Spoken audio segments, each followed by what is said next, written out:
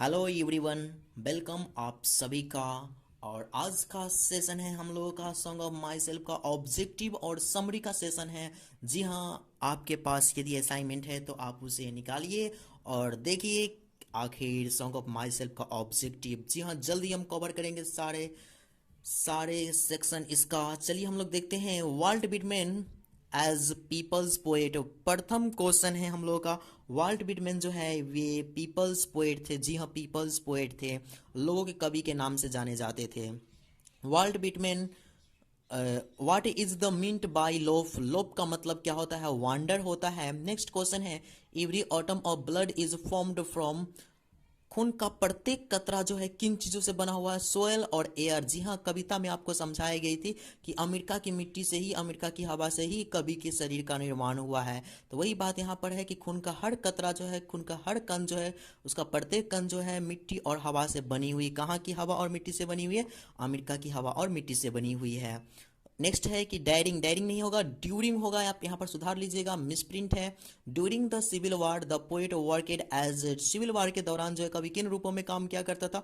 Volunteer nurse के रूपों में काम किया करता था। नर्स यहाँ पर जोड़ लीजिएगा, वॉलेंटियर नर्स के रूपों में काम किया करता था, मतलब कि स्वयं सेवक हुआ करते थे। बता दूं मैं आपको कि स्वयं सेवक मतलब क्या होता है? मतलब कि जो लोग भी गृह युद्ध के दौरान घायल थे उसको जो है ये सेवा करते थे, तो मुफ्त में सेवा करना ही वॉलंटियर्स कहलाता है। अगला है वाल्ट विटमैन, विटमैन एक साथ होगा। Walt Whitman belongs to, Walt Whitman जो है कहाँ से बिलोंग्स करते थे? अमेरिका से बिलोंग्स करते थे, अमेरिकन वासी थे, अमेरिका से बिलोंग्स करते थे। The poet believes in good और बैड, कवि जो है किन चीज़ों में विश्वास रखते थे? तो अच्छे और बुरे दोनों चीज़ों में विश्वास रखते थे। नेक्स्ट है the theme of the poem, कविता का विषय वस्तु क्या है? यूनिवर्सल ब्रदरहुड इसका विषय वस्तु है। नेक्स्ट है the complete poem song of my self divided section into, ये सॉन्ग ऑफ माई सेल्फ का जो है पूरा पोएम जो है, पूरा कविता जो है वो कितने सेक्शन में जो है बटा है? 52 सेक्शन में टोटल बटा है। जी हाँ, 52 सेक्शन में टोटल बटा है, 52 सेक्शन में। अगला है, अगला क्वेश्चन 9 नंबर क्वेश्चन है। 9 नंबर क्वेश्चन क्या है? द वर्ड यूज्ड यू, ये इस कविता में यू जो है कितनी बार यूज हुआ है? तो 2 बार यूज हुआ है। और नेक्स्ट क्वेश्चन है 10 number, the word school stand for system of thought. आपको जो है क्रिट्स के बाद जो है एक वर्ड मिलेगा स्कूल्स, उसी लाइन में वही स्कूल है। स्कूल यहाँ पर किसके लिए जो है संयुक्त हुआ है? तो सिस्टम ऑफ थॉट के लिए जो है ये आया है। मतलब कि सिस्टम ऑफ थॉट मतलब बताए थे आस्था होता है, जिसकी जो है जैसी आस्था होती है, कोई हिंदू धर्म में विश्वास रखता है तो कोई मुस्लिम में विश्वास रखता है, तो कोई सिख ईसाई में, तो जैसी जिसकी आस्था होती है उसी को बोला था system of thought, Aastha. Next है कि song of myself is, song of my self क्या है? ए लैरिक पोएम है, ये एक लैरिक पोएम है।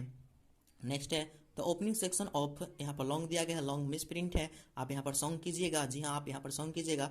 तो the opening section of song of myself is entitle as, song of myself का जो है प्रथम पंक्ति जो है किन रूपों में संकलित किया गया है? तो आई सेलिब्रेट माई सेल्फ के रूप में जो है संकलित किया गया है सॉन्ग ऑफ माई सेल्फ का प्रथम पंक्ति।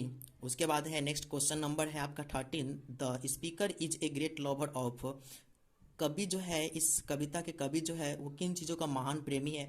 तो नेचर का महान प्रेमी है। नेक्स्ट है the poet begin working as a carpenter before his, कवि जो है किन रूप, कब जो है वो कारपेंटर का जो है काम करना प्रारंभ कर दिए थे? तो 12वीं जन्मदिन के पूर्व भी वे कारपेंटर का काम करना प्रारंभ कर दिए थे। नेक्स्ट है 15 नंबर क्वेश्चन है, वाल्ट विटमैन बॉर्न, इनकी जन्म कब हुई थी? 1819 ईस्वी में हुई थी। और इनकी मृत्यु कब हुई थी? 1892 ईस्वी में हुई थी। अगले क्वेश्चन को देखेंगे, Walt Whitman people's poet, Walt Whitman जो है लोगों के कवि थे। Walt Whitman is 37 years old, ये 37 वर्ष के थे। Walt Whitman is American poet, ये अमेरिकन थे इसलिए इसे जो है अमेरिकन पोएट बोला जाता था। The poet begin working before his 12th birthday as a, कवि जो है 12वीं जन्मदिन के पूर्व में जो है वो किन रूपों में काम किया करने लगे थे? तो कारपेंटर के रूप में काम करने लगे थे। और the poet worked as printer teacher and editor, printer के बाद कॉमा होगा, कवि जो है प्रिंटर के लिए भी कार्य किए थे, टीचर और एडिटर का भी काम किए थे इन्होंने। नेक्स्ट है मेरा क्वेश्चन नंबर है 22, the poet was during the civil, here नहीं होगा, बार होगा। तो कवि जो है सिविल वार के दौरान जो है किन रूपों में काम किया था? तो वॉलेंटियर नर्स के रूप में काम किया था। नेक्स्ट है 33 नंबर क्वेश्चन है। 33 नंबर क्वेश्चन है कि leaves of grass published in, leaves of grass जो है कब पब्लिश हुआ था? 1855 ईस्वी में पब्लिश हुआ था। और नेक्स्ट है द पोएट रोट, कवि जो है किन चीज़ों के लिखे थे? तो लिप्स ऑफ ग्रास, यहाँ पर इज नहीं होगा, तो लिप्स ऑफ ग्रास को कवि जो है लिखे थे। और नेक्स्ट है 25 नंबर क्वेश्चन है द पोएट इम्पोर्टेंस वर्क, कवि का प्रमुख कार्य क्या है? लिप्स ऑफ ग्रास और ड्रम टैप्स जो है इनका प्रमुख कार्य है, इम्पोर्टेंट वर्क है, इनका महत्वपूर्ण कार्य है। नेक्स्ट है लिप्स ऑफ ग्रास, ये क्या है? एक कलेक्शन ऑफ पोइट्री है। जी हाँ, ये एक कलेक्शन ऑफ पोइट्री है, इसमें कविताओं का संग्रह है। Leaves of Grass 27 number question है Leaves of Grass first edition published in 1855 with 12 poems. Leaves of grass जो है पहला एडिशन पब्लिश्ड हुआ था 1855 ईस्वी में। उस समय कितनी कविताएं थी? 12 कविताएं थी। Lips of Grass first edition published in 1892, sorry, lips of grass last addition published in 1892 with 400 poems. Leaves of grass का अंतिम एडिशन पब्लिश हुआ था 1892 ईस्वी में। उस समय कितनी कविताएं आई थी? 400 कविताएं आई थी। और 29 नंबर क्वेश्चन है द पोएट्स फादर इज, कवि के फादर क्या थे? एक कारपेंटर। इसलिए जो है कवि भी जो है अपने 12वीं जन्मदिन के पूर्व ही कारपेंटर का काम करना प्रारंभ कर दिया था, क्योंकि इनका पेशा ही वही था। द पोएट्स फादर नेम, कवि के पिता का नाम क्या था? वाल्टर विटमैन जो है कवि के पिता का नाम था। द पोएट्स मदर्स नेम होगा यहाँ पर, इनका माँ की नाम क्या था? इनकी माँ की नाम था लुइसिया वान वेल्जर विटमैन। हाँ, कवि की माँ की नाम इनकी माँ की नाम था लुइसिया वान वेल्जर। और द पोएट हार्वरफोर्ड, कवि जो है किन चीज़ों में विश्वास रखते हैं? तो गुड और बैड दोनों चीज़ों में विश्वास रखते हैं। The speaker in this poem is, इस कविता का स्पीकर कौन है? इस कविता का कवि कौन है? वाल्ट विटमैन है। The speaker observe in summer, कवि जो है ग्रीष्म में जो है, गर्मी में जो है किन चीज़ों को देखते हैं? तो ए स्पीयर ऑफ ग्रास, यानी कि नुकीली घासों को देखते हैं। और कवि ऐसा क्यों कहते हैं कि मैं ग्रीष्मकालीन नुकीली घासों को देखता हूँ? क्योंकि जो है ये अकेले रहकर जो है पेन को ऑब्जर्व करते हैं, पेन को फील करते हैं, इसलिए जो है ये ऐसा लाइन को कहते हैं। Born here of parents, born here from the parents the same and their parents the same are meant. इस लाइन का मतलब क्या होता है? तो blood born and everything is the same. मतलब कहने का मतलब कि खून, और खून हर किसी मानव का एक ही है। हर कोई मानव जो है इसी मिट्टी पर जन्म लेता है और सब कोई एक ही जैसा है, इसलिए जो है इस लाइन का मतलब इस लाइन को बताया गया है। अब हम लोग देखेंगे इसका, तो अब हम लोग देखेंगे सॉन्ग ऑफ माई सेल्फ का थीम।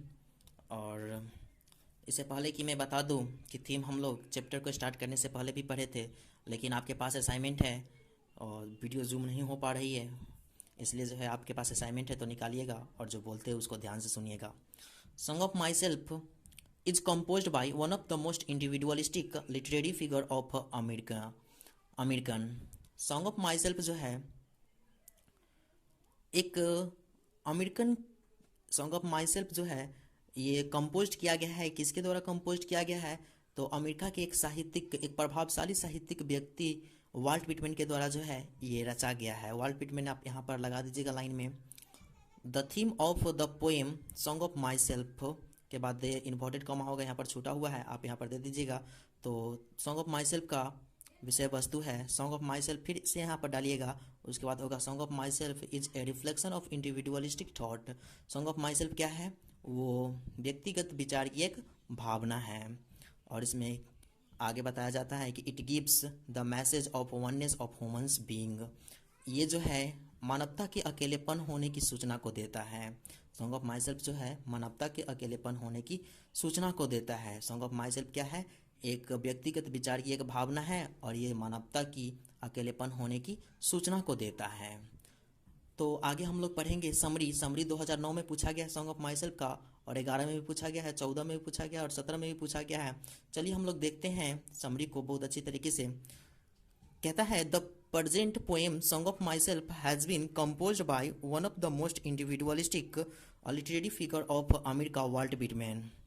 ये प्रेजेंट पोएम जो है, प्रस्तुत कविता जो है सॉन्ग ऑफ माई सेल्फ जो है, वो एक प्रभावशाली अमेरिकन साहित्यिक व्यक्ति वाल्ट विटमैन के द्वारा जो है लिखा गया है।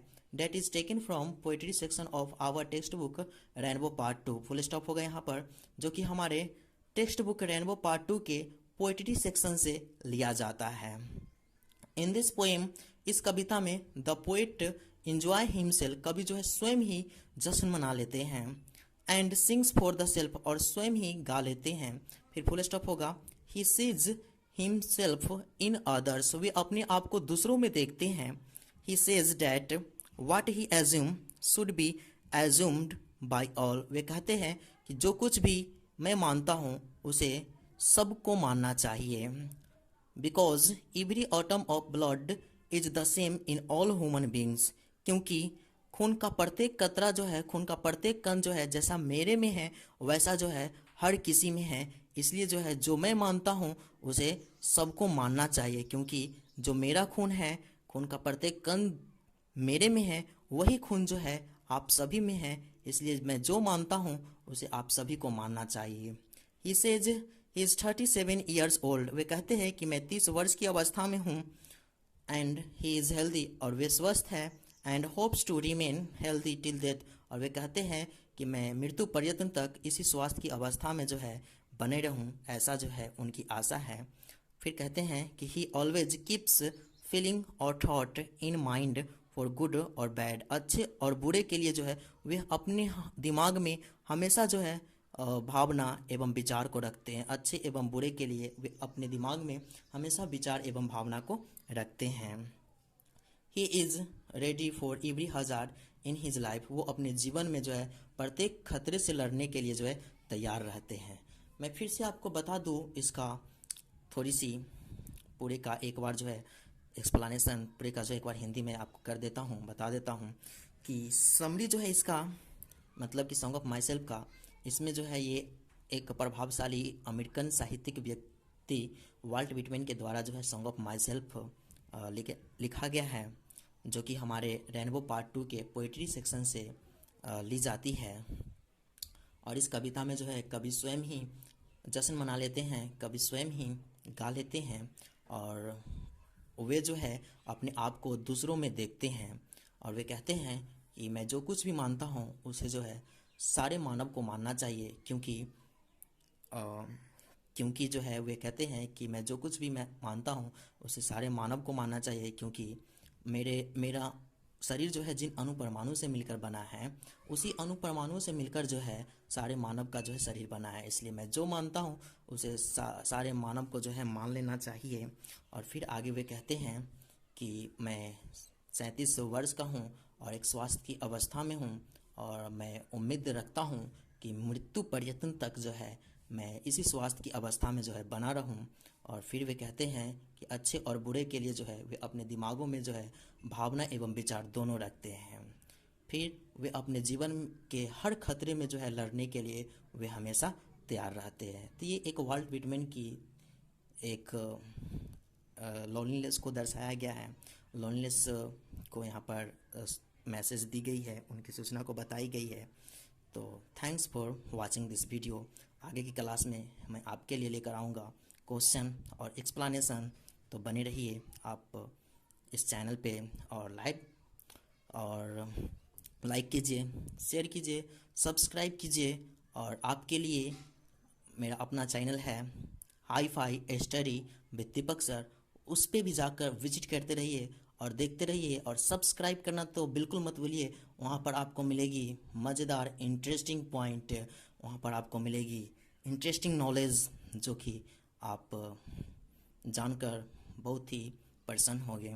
थैंक्स।